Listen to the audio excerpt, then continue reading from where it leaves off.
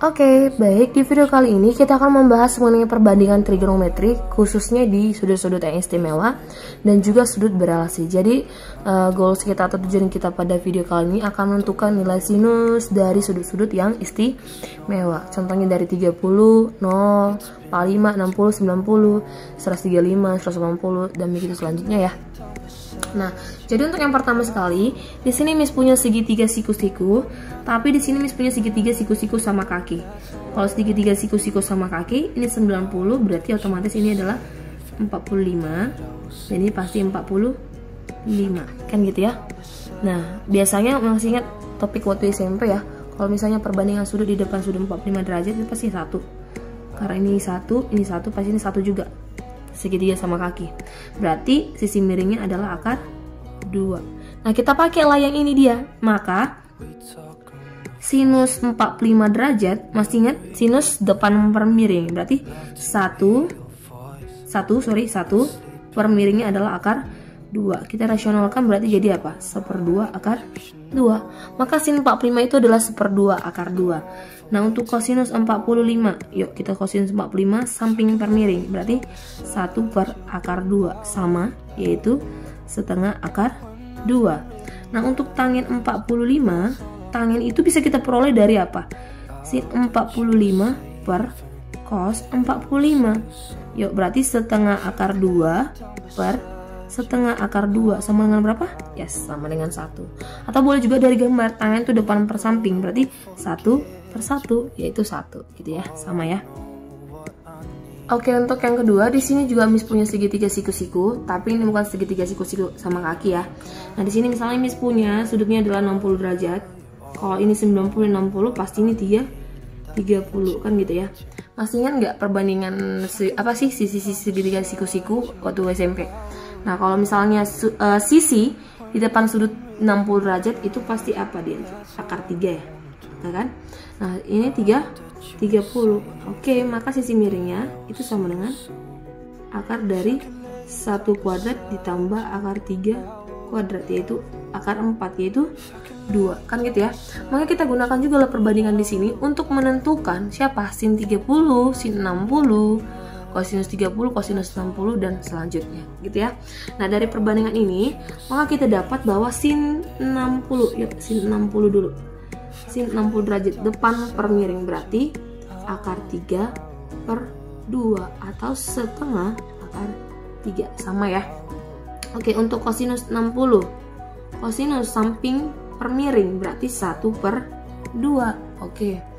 Nah, untuk tangen 60 derajat itu sama dengan, yuk tangen itu kan dia depan per samping, berarti akar 3/1, yaitu tetap akar 3, kan gitunya dia. Nah, untuk kosinus, ini kosinus 30 dulu deh, harusnya sin 30 dulu ya. Kosinus 30 samping, ini 30 samping per miring berarti akar 3/2 atau setengah akar 3. Oke. Nah, untuk sin 30 yaitu depan per miring, yaitu 1/2. Nah, untuk tangen 30 derajat, tangen boleh juga dari sin per cos tadi, sama kayak sin 45 ya kan, terserah deh, tapi yang paling gampang aja yang mana kalian hafal ya kan. Tangen 30 itu adalah depan per samping, yaitu 1 per akar 3. Kalau dirasionalkan menjadi 1/3 akar 3 gitu ya. Udah dapat nih semua sudut-sudut berelasi, maka bisa kita kumpul dia. Nah, untuk sin 90 gimana, Miss? Nah, sin 90, sin ini 90 depan per miring itu juga dia 2/2. Berarti sin 90, nah kita buat lagi di sini. Kan sekali kita buat sin 90 itu adalah 1, ya kan? Nah, untuk kosinus 90, cos ini kan samping per kosinus itu apa? Samping per miring. Samping per miring. Kosinus 90 itu adalah 0 dan tangen 90 itu adalah tak terhingga. Ini perlu catat ya. Sin 90 itu adalah 1, kosinus 90 itu adalah 0, tangen 90 didapat dari mana? Nih, sin 90 per cos 90 yaitu 1/0. 1/0 itu apa? Tak hingga gitu ya. Jadi udah dapat nih semua 30, 45, 60 dan 90. Oke, maka semua sudut-sudut istimewa itu dapat kita buatkan ke dalam tabel yuk. Tapi di sini mulai dari 0 derajat dulu ya. Untuk sin 0 itu sama dengan 0. Untuk kosinus 0 itu adalah 1. Untuk tangen 0, berarti tangen itu adalah sin per cos. 0 per 1 itu adalah 0. Untuk sin 30 tadi berapa? Ya, sin 30 adalah setengah.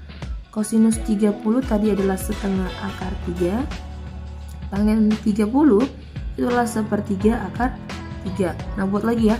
Untuk yang 45, sin 45 adalah setengah akar 2, sama juga dengan cosnya setengah akar 2. Tangen adalah bagi nih 1. Untuk 60, sin 60 adalah setengah akar 3, kosinus 60 adalah setengah, pasti tangennya adalah akar 3. Untuk sin 90 itu pasti 1, kosinus 90 adalah 0, tangen 90 itu adalah tak hingga 1 per 0 gitu ya. Jadi semuanya bisa kita buat ke dalam perbandingan sudut-sudut trigonometri.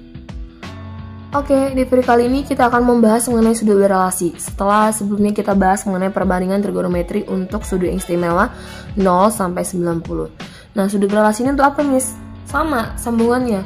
Nah, jadi kalau misalnya kita mau mencari sin 135, kan belum tahu ya sin 135, karena kemarin kita punya 0 sampai 90. Gimana kalau kita mencari cos 210 atau tangen 330 gitu kan? Nah, semua itu kita bisa cari menggunakan sudut berelasi, namanya sudut berelasi. Nah, sudut berelasi ini kita juga gunakan apa? Sifat-sifat kuadran yang kemarin. Kalau di ukuran pertama masih ingat? Yes, semuanya bernilai positif. Sinus, kosinus, tangen bernilai positif, kan gitunya dia. Nah, kalau di ukuran kedua, apa yang bernilai positif? Hanya sinus doang. Ukuran ketiga itu adalah tangen bernilai positif. Ukuran keempat itu hanya kosinus, yaitu ASTC gitu ya, ASTC. Oke. Nah, untuk sudut berelasi ini, di dalam sudut berelasi ada satu teknik yang kita gunakan untuk menentukan sudut yang besar-besar, misalnya lebih dari 90, ya kan? Nah, Miss bagi dua. Yang pertama ada yang namanya dengan fungsi genap. Fungsi genap itu apa, Miss? Fungsi genap itu adalah 180 plus minus alfa, kemudian 360 derajat plus minus alfa. 180 plus minus alfa dan 360 plus minus alfa. Nah, di dalam fungsi genap ini, tadi kan kita punya bahwa apa? Sin, kosinus, tangen. Nah, kalau di fungsi genap, sin tetaplah menjadi sin, ya kan? Dalam kosinus tetap menjadi kosinus, dan tangen tetap jadi apa? Jadi tangen, kan gitu ya. Sin tetap jadi sin, cos jadi cos, tangen jadi tangen, tidak ada yang berubah. Nah, bedanya di mana, Miss? Bedanya di sini. Kita punya satu lagi namanya fungsi, fungsi ganjil. Oke, fungsi ganjil. Fungsi ganjil itu apa, Miss? Yang ini 90 plus minus alfa dan 270 plus minus alfa, ya kan? Nah, kalau di sini sangat berubah dia. Kalau sin kita ubah menjadi cos, kalau cos kita ubah menjadi sin, dan kalau tangen kita ubah menjadi kotangen, gitu ya. Sin jadi cos, cos jadi sin, tangen jadi kotangen.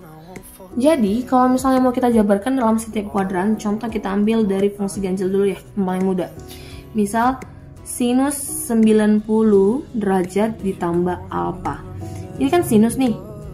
Berubah jadi apa? Kosinus. Kosinus apa? Kosinus sudut alfa. Kan gitu ya.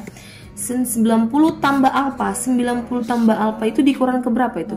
Kuadran kedua. Nah, kalau kuadran kedua, sinus bernilai apa? Positif. Berarti jadi positif cos alfa, gitu dia. Nah, lagi, kalau misalnya kita mau mencari kosinus 90 derajat ditambah alfa, cos jadi apa? Ya, jadi sin. Sin apa? Sin alfa. Ingat ya, cos berubah jadi sin ketika ini fungsi ganjil, gitu ya. Sin alfa. Kosinus bernilai apa di kuadran kedua? Yes, bernilai negatif, berarti dari min sin alfa. Begitu juga untuk tangen. Tangen 90 derajat ditambah alfa, ya kan? Tangen berubah jadi kotangen alfa. Tangen di kuadran kedua bernilai negatif, gitu dia. Jadi, Miss, kalau misalnya dia pengurangannya gimana, Miss? Iya kan? Di sin 90 derajat dikurang alfa, sin jadi cos alfa, gitu ya kan? Nah, 90 kurang alfa itu kan di kuadran pertama. Ya kan 90 nih kurang alfa berarti kurang pertama. Sin bernilai apa? Positif, berarti positif cos alfa. Jadi kalau misalnya cos 90 dikurang alfa, ini jadi sin alfa ya. Tetap positif karena cos bernilai positif dikurang pertama. Tangen juga begitu demikian. 90 kurang alfa jadi apa di sini? Kotangen alfa positif juga, gitu ya. Nah, lanjut. Jadi kalau misalnya sekarang kita di fungsi genap dulu deh, fungsi genap. Dari sin 180 plus alfa, kalau sin tetap jadi sin ya. Sin apa? Sin alfa. Nah, 180 tambah alfa itu, ini kan tadi 0, ya kan? Ini 90 mis buat, ini 180, ini pasti 270, nah ini 0 360, balik lagi dia kan? Nah, 180 tambah alfa, ini 180 tambah alfa, berarti di kuadran ketiga. Di kuadran ketiga, sin bernilai apa? Negatif, berarti negatif sin alfa. Lanjut, kosinus 180 plus alfa, berarti jadi cos berubah jadi tetap jadi cos ya, karena genap di sini. Cos alfa, cos di kuadran ketiga bernilai apa? Negatif. Nah, kalau tangennya pasti apa? Bernilai positif. Karena apa? Yes, karena tangen di kuadran ketiga bernilai positif, positif. Gitu ya. Nah, lanjut lagi. Kalau misalnya Miss mau ke fungsi ganjil, ada satu lagi deh. Misalnya sin 270 dikurang alfa. Nah, itu sin, karena ini ganjil berubah jadi cos alfa. 270 kurang alfa, 270 kurang alfa dikurangi ke 3 lagi ya kan. Nanti sin bernilai apa? Negatif. Bukan ini yang dilihat ya, tapi ini fungsi pertama. Oke, lanjut. Kalau misalnya Miss mau mencari tangen 270 derajat ditambah alfa. Nah, kalau ini kan fungsi ganjil, tangen berubah jadi kotangen alfa. 270 tambah alfa itu adalah di kuadran keempat. Tangen bernilai apa? Nilai negatif. Ini negatif kotangen alfa. Nah, gitu dia selanjutnya.